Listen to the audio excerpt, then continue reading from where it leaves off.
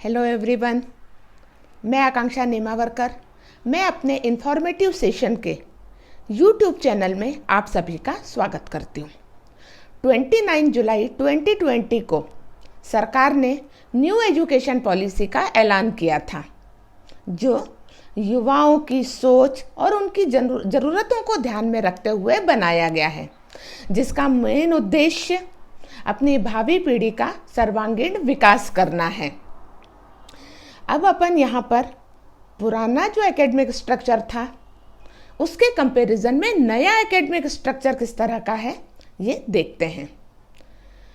अभी जो करंट में एकेडमिक स्ट्रक्चर चल रहा है वो 3 + 10 + 2, 3 यानी अर्ली चाइल्डहुड, इसके बाद 1st से लेके 10th तक की क्लासेस और फिर 11th और 12th थी। लेकिन अब जो नया स्ट्रक्चर आया है उसको 4 स्टेज में डिवाइड किया है। 5 + 3 + 3 + 4।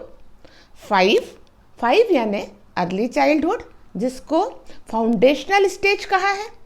दूसरा 3 प्रिपरेटरी स्टेज, तीसरा मिडिल स्टेज और चौथा सेकेंडरी स्टेज। अब फाउंडेशनल स्टेज कैसा है, किस तरह से उसको डिज़ाइन किया गया है, तो यहाँ पर फाउंडेशनल स्टेज को 2 पार्ट में ब्रेक किया है। पहला 3 इयर्स, जिसमें बच्चे का एज ग्रुप 3 से लेके 6 तक होगा, जहाँ वो बालवाड़ी, आंगनवाड़ी या फिर प्री स्कूल में का स्टूडेंट कहलाएगा। और दूसरा ग्रुप है 1st और 2nd। इस तरह से 3 से लेके 8 तक के एज वाले जो बच्चे हैं वो अर्ली चाइल्डहुड या फाउंडेशनल स्टेज में आएंगे। अब हम देखेंगे यहाँ पर कि उनके लिए जो सिलेबस फ्रेम किया गया है वो किस तरह का है। यहाँ पर फाउंडेशनल स्टेज के लिए एनसीईआरटी ने पूरा सिलेबस डिज़ाइन किया है, जिसमें बच्चों की लॉजिकल थिंकिंग, प्रॉब्लम सॉल्विंग ये लिया है। नेचर के साथ बच्चों को कनेक्ट करने की कोशिश की गई है, जिससे कि साइंस का अध्ययन वो केवल क्लासरूम में बैठकर न करें, उसके लिए वो बाहर भी जाएंगे। आर्ट्स आना चाहिए बच्चों को, म्यूज़िक भी आना चाहिए, शेप, कलर्स, इस सब के बारे में भी बच्चों को डिटेल में मालूम होना चाहिए। लेकिन हाँ, अल्फ़ाबेट्स और नंबर्स के बिना तो काम चलेगा नहीं, इसीलिए इस पर भी उतना ही जोर दिया गया है। इसके बाद हम देखते हैं प्रिपरेटरी स्टेज। प्रिपरेटरी स्टेज में क्या किया है, तो यहाँ पर बच्चों का एज ग्रुप 8 से लेके 11 तक है, जिसमें वो 3rd, 4th और 5th ये 3 क्लासेस पढ़ेंगे। यहाँ पर उनको शिक्षा देना, वैसे तो फाउंडेशनल और ये स्टेज दोनों मिला के कहा गया है कि अपनी मातृभाषा में ही शिक्षा देनी है और या फिर रीजनल लैंग्वेज में। यहाँ पर बच्चे को 3 लैंग्वेजेस पढ़ना कंपलसरी है, जिसमें से 2 अपनी भारतीय भाषाएं होनी चाहिए और तीसरी वो कोई भी भाषा ले सकता है। अब तीसरा स्टेज है मिडिल स्टेज। तीसरे स्टेज में जहाँ बच्चे का एज ग्रुप 11 to 14 होगा और क्लास 6th, 7th और 8 होगी। इस स्टेज के ऊपर सबसे ज़्यादा फोकस किया गया है, सबसे ज़्यादा चेंजेस भी इसी ग्रुप में हैं, जहाँ पर बच्चे को कोडिंग सिखाई जाएगी। यदि बच्चा कोई सॉफ्टवेयर सीखना चाहता है तो उसको ऐसी संस्था में भी भेजा जा सकता है जहाँ पर उसका कोर्स कराया जाए। वहाँ पर किया हुआ कोर्स स्कूल में कंसीडर किया जाएगा, उसके रिपोर्ट कार्ड में उसका असेसमेंट ऐड किया जाएगा। इसके अलावा भी वोकेशनल कोर्सेज के ऊपर भी जोर दिया गया है। वोकेशनल कोर्सेज, सपोज किसी स्टूडेंट को कारपेंटरिंग में इंटरेस्ट है, किसी को इलेक्ट्रिक फील्ड में इंटरेस्ट है, किसी को मेटल वर्क करना है, किसी को गार्डनिंग सीखनी है, तो ये ऐसे सारे कोर्स भी बच्चों को सिखाए जाएंगे। और हाँ, इंटर्नशिप करने के लिए ऐसी सारी संस्थाएं जहाँ पर ये वर्क होते हैं, ये सिखाया जाता है, वहाँ पर उसको भेजा जा सकता है और फिर से ये सारा कंसिडर किया जाएगा उसके रिपोर्ट कार्ड में। अब आती है फोर्थ स्टेज, सेकेंडरी स्टेज। पहले या अभी जो चल रहा था वहाँ पर सेकेंडरी स्टेज क्या था, ये 9th, 10th, 11th और 12th, इसको दो पार्ट में ब्रेक किया था। पहला था 9th और 10th, जहाँ पर 10th के बाद एक बोर्ड एग्जाम ली जाती थी, और दूसरा था 11th, 12th, जहाँ 12th के बाद में फिर से बोर्ड एग्जाम ली जाती थी। लेकिन अब बोर्ड एग्जाम की इम्पोर्टेंस को कम कर दिया गया है। अब सिस्टम इस प्रकार है कि 9th, 10th, 11th और 12th, जिसमें एक ही बार 12th के बाद बोर्ड एग्जाम ली जाएगी। यहाँ पर सेमेस्टर सिस्टम बता दिया गया है, यानी साल में 2 बार एग्जाम, 6 महीने में ये एग्जाम्स होंगी। और जो रिपोर्ट कार्ड बनेगा, ये रिपोर्ट कार्ड दोनों एग्जाम के स्कोर्स को ऐड करके बनाया जाएगा।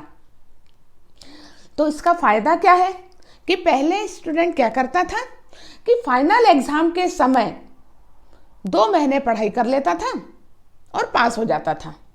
तो उस समय वो सिर्फ रटने पे जोर देता था, उसमें कोई भी लॉजिकल चेंजेस नहीं होते थे। लेकिन अब क्या होगा कि बच्चे को यदि 2 बार एग्जाम देनी है तो उसको पूरे टाइम पढ़ना पड़ेगा, जिससे वो रटने के ऊपर ही ज़्यादा फोकस नहीं करेगा। दूसरा, यहाँ पर अब बच्चे के लिए ऐसा कोई कंपनसेशन नहीं है कि उसको आर्ट की लाइन में जाना है, कॉमर्स की लाइन में जाना है या साइंस की लाइन में जाना है। यदि एक स्टूडेंट साइंस पढ़ना चाहता है लेकिन उसके साथ उसको पॉलिटिकल साइंस में भी इंटरेस्ट है, तो वो साइंस के सब्जेक्ट के साथ में पॉलिटिकल साइंस भी पढ़ सकता है। यदि बच्चा आर्ट लेना चाहता है लेकिन उसके साथ वो साइंस के किसी सब्जेक्ट को भी पढ़ना चाहता है, तो वो उस सब्जेक्ट को भी ले सकता है। तो इस तरह से बच्चा अपने चॉइस के हिसाब से कोई भी सब्जेक्ट सिलेक्ट कर सकता है। इसका जो रिपोर्ट कार्ड बनेगा, वो रिपोर्ट कार्ड उसके सेल्फ असेसमेंट के ऊपर होगा। टीचर्स भी उसका असेसमेंट करेंगे और साथ में फ्रेंड्स भी। इसके बाद आता है हायर एजुकेशन। अब हायर एजुकेशन के बारे में अभी न्यू पॉलिसी के लिए सभी लोग बहुत ज़्यादा कंफ्यूज्ड हैं कि हायर एजुकेशन में किस तरह से होगा।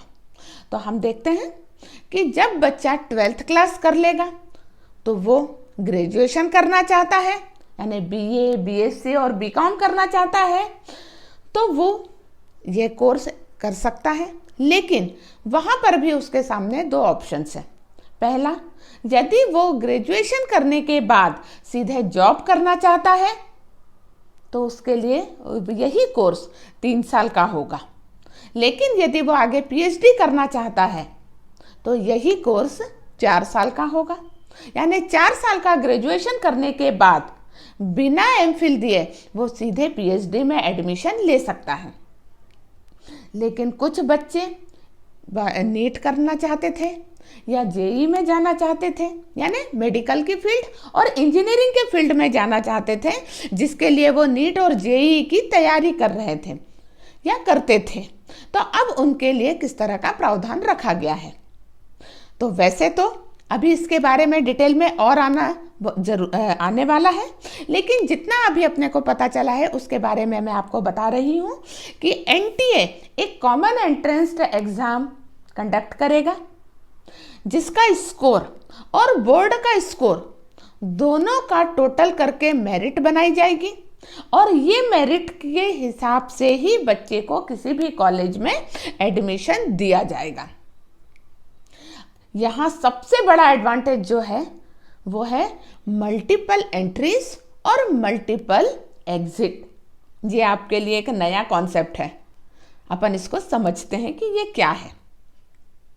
मैं एक एग्जाम्पल लेके आपको समझाती हूँ। सपोज एक बच्चा MBBS करना चाहता है, लेकिन इस साल वो मेरिट लिस्ट में नहीं आया और उसको BAMS कोर्स मिल गया, तो उसने BAMS में एडमिशन ले लिया।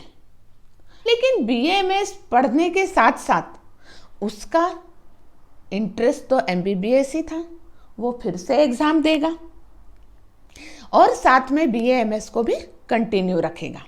1 साल बाद उसको MBBS में एडमिशन मिल गया, तो वो BAMS छोड़ना चाहेगा, तो वो 1 साल बाद उस BAMS को छोड़ सकता है, लेकिन वो साल उसका वेस्ट नहीं होगा। वहाँ पर उसको सर्टिफिकेट की डिग्री मिल जाएगी और वो फिर MBBS में एडमिशन लेके उस कोर्स को पूरा कंप्लीट कर लेगा। यानी BAMS की सर्टिफिकेट उसके पास है और MBBS जो उसने 4 साल पूरे कंप्लीट कर लिए हैं, तो उसकी भी उसके पास डिग्री होगी। यानी 1 साल यदि वो कोर्स करता है तो उसको सर्टिफिकेट मिलता है, 2 साल कोर्स करता है तो उसे डिप्लोमा मिलता है और 4 साल यदि वो पूरा कोर्स करता है तो उसको डिग्री मिल जाती है। तो इस तरह से वो एक साथ एक से ज़्यादा कोर्सेज भी कर सकता है। यदि आपको ये मेरा डिटेल में समझाया हुआ सब कुछ समझ में आया होगा तो आप इसको शेयर करें, जिससे ज़्यादा से ज़्यादा लोगों को इसके बारे में जानकारी मिले। Thank you very much.